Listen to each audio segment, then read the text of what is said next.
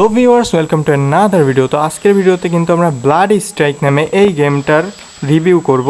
বেশ কয়েকটা খারাপ দিক এবং বেশ কয়েকটা ভালো দিক উপস্থাপন করার চেষ্টা করব। তো চলেন দেখা যাক গেমটা আসলে কেমন লাগে। গেমটা কিন্তু স্টার্ট করার সময় প্রথমে আমাদের লগইন অপশনগুলো শো করে এবং সেখান থেকে যে কোনো একটা গুগল, ফেসবুক যে কোনো কিছু দিয়ে, যে কোনো আইডি দিয়ে তোমরা লগ ইন করে নিতে পারবা। যাই হোক, তো তারপরে আমাদের কিন্তু গেমের ভিতরে এই টাইপের ইন্টারফেস দেখা যায়। তারপরে কিন্তু একটা ইন্টারফেস চলে এসেছে যেখানে দেখা যাচ্ছে ওয়াও বম এই নামে একটা ইভেন্ট, এই নামে কিন্তু একটা ইভেন্ট দেওয়া হয়েছে। তো এরপরে যদি আমরা প্লের উপরের দিকে খেয়াল করি তাহলে লেখা রয়েছে SF র্যাঙ্ক।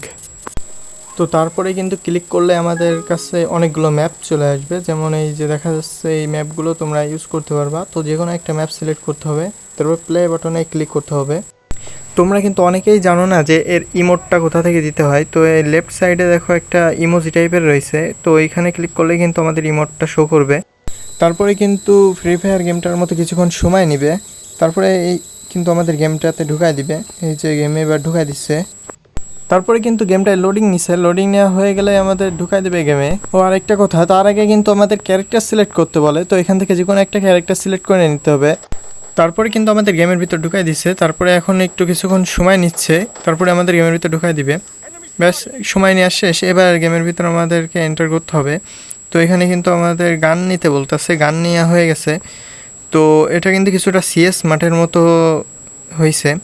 তো 9 সেকেন্ড সময়, তার ভিতরে হয়তো আমাদের অপেক্ষা করতে হবে, তারপর বেরোতে হবে।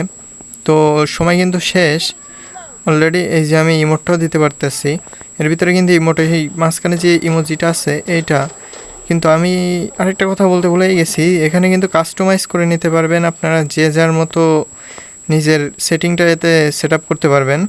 তো ভাই এখানে কিন্তু আরেকটা জিনিস দেখা গেছে, যেটা হলো এখানে কিন্তু নক হয়ে গেলে একদম পাবজির মতো দেখা যায়। পাবজিতে ঠিক এরকমভাবেই নক হইলে মানুষ সরে।